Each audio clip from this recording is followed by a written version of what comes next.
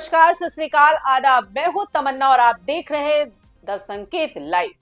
आज की इस बेहद दुखद और दिल दहला देने वाली खबर से हम आपको रूबरू कराने जा रहे हैं। झारखंड के चतरा जिले में हुए एक चार्टर्ड एयर एम्बुलेंस विमान हादसे की, जिसमें सवार सभी 7 लोगों की मौत हो गई। ये विमान झारखंड की राजधानी रांची से दिल्ली जा रहा था और रास्ते में समरिया के जंगलों में क्रैश हो गया। रेडबर्ड कंपनी का बीचक्राफ्ट किंग एयर B90L एक एयर एम्बुलेंस के रूप में संचालित किया जा रहा था और इसमें एक गंभीर रूप से झुलसे मरीज को बेहतर इलाज के लिए दिल्ली ले जाया जा रहा था, लेकिन दुर्भाग्यवश यह सफर मंजिल तक नहीं पहुंच सका।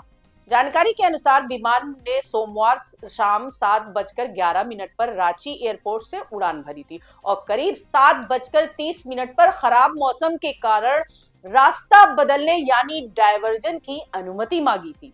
इसके कुछ ही मिनट बाद 7:34 पर एयरक्राफ्ट का कोलकाता एयर ट्रैफिक कंट्रोल से संपर्क टूट गया और रडार कनेक्शन भी गायब हो गया।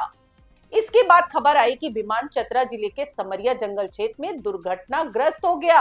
हादसे में कैप्टन विवेक विकास भगत जो पायलट थे, कैप्टन सबराजदीप सिंह जो को पायलट थे, मरीज संजय कुमार, उनकी परिजन अर्चना देवी और ध्रुव कुमार, डॉक्टर विकास कुमार गुप्ता और पैरामेडिकल स्टाफ सचिन कुमार मिश्रा की मौके पर मौत हो गई।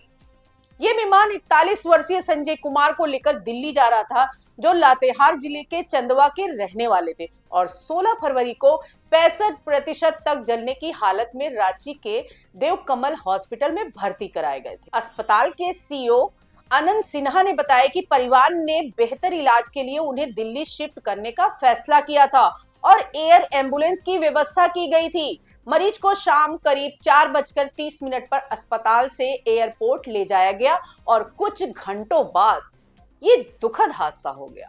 दुर्भाग्य है, Sanjay Kumar ji 41 years of as, चंदवा लातेहार के रहने वाले थे, व्यवसायी थे और 16 तारीख को कुछ पेट्रोलियम पदार्थ का कुछ कर रहे थे, जिसमें गलती से आग पकड़ लिया और हमारे यहाँ झुलस करके आ गए थे।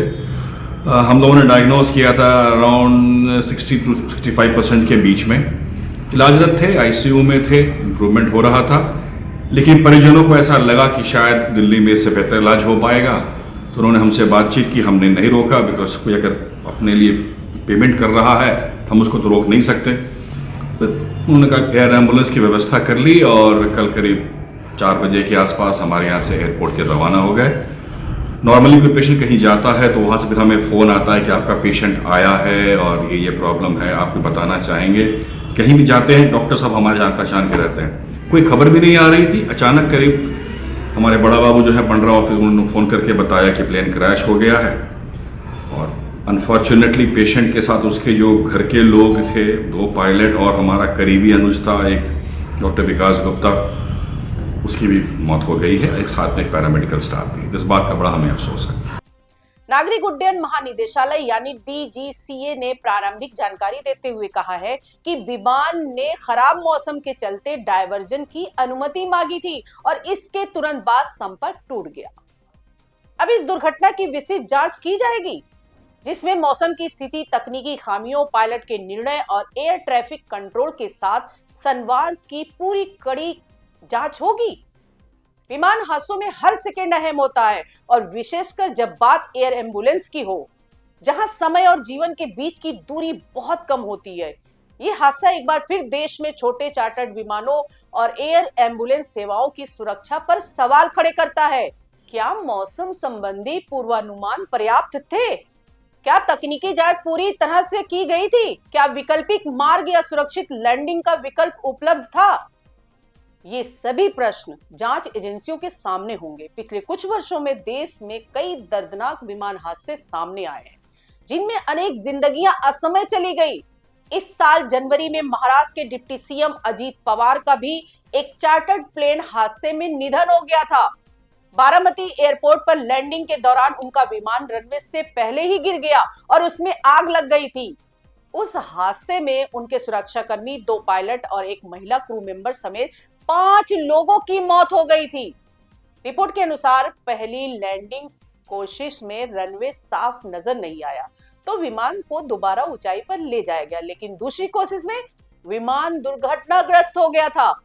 वहीं पिछले साल जून में अहमदाबाद में एयर इंडिया का बोइंग 787 ड्रीम लाइनर भी क्रैश हुआ था, जिसमें 242 लोग सवार थे और केवल एक यात्री को छोड़कर 241 लोगों की जान चली गई थी। उस हादसे में गुजरात के पूर्व मुख्यमंत्री विजय रूपाणी का भी निधन हुआ था और विमान एक बिल्डिंग से टकराया था जहां सिविल अस्पताल के डॉक्टर रहते थे। इन घटनाओं की श्रृंखला हमें यह सोचने पर मजबूर करती है कि विमानन सुरक्षा के मानकों और निगरानी तंत्र को और मजबूत करने की कितनी आवश्यकता है। एयर एम्बुलेंस सेवाएं विशेष रूप से संवेदनशील होती हैं क्योंकि इनमें पहले से ही गंभीर स्थिति वाले मरीज सवार होते हैं और हर उड़ान उनके जीवन की उम्मीद से जुड़ी होती है। इस झारखंड हादसे में भी एक परिवार अपने प्रियजन को बचाने की उम्मीद लेकर निकला था, लेकिन किस्मत ने साथ नहीं दिया। यह केवल 7 जिंदगियों का नुकसान नहीं बल्कि 7 परिवारों का उजड़ना है। पायलट और को पायलट जो अपने पेशेवर कौशल से अनगिनत उड़ानों को सुरक्षित मंजिल तक पहुंचाते रहे, डॉक्टर और पैरामेडिकल स्टाफ जो जीवन बचाने के मिशन पर थे, और मरीज व उनके परिजन जो उम्मीद की डोर थामे हुए थे, सभी एक साथ इस त्रासदी का शिकार हो गए। अब सबसे जरूरी है निष्पक्ष और पारदर्शी जांच, ताकि हादसे के कारण स्पष्ट हो सके और भविष्य में ऐसी घटनाओं को रोका जा सके। क्या मौसम की चेतावनी का सही आकलन हुआ था? विमान की तकनीकी स्थिति पूरी तरह संतोषजनक थी? क्या आपातकालीन प्रक्रिया पर्याप्त थी? इन सभी पहलुओं पर गहन जांच आवश्यक है। साथ ही यह भी जरूरी है कि एयर एम्बुलेंस ऑपरेशंस के लिए सख्त प्रोटोकॉल और रियल टाइम मौसम निगरानी प्रणाली को और सुदृढ़ किया जाए, क्योंकि एक छोटी सी चूक भारी पड़ सकती। इस दुखद घड़ी में हमारी संवेदनाएं सभी दिवंगतों के परिवारों के साथ है।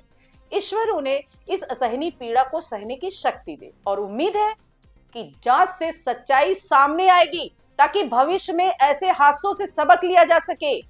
आज के लिए इतना ही। नमस्कार दोस्तों।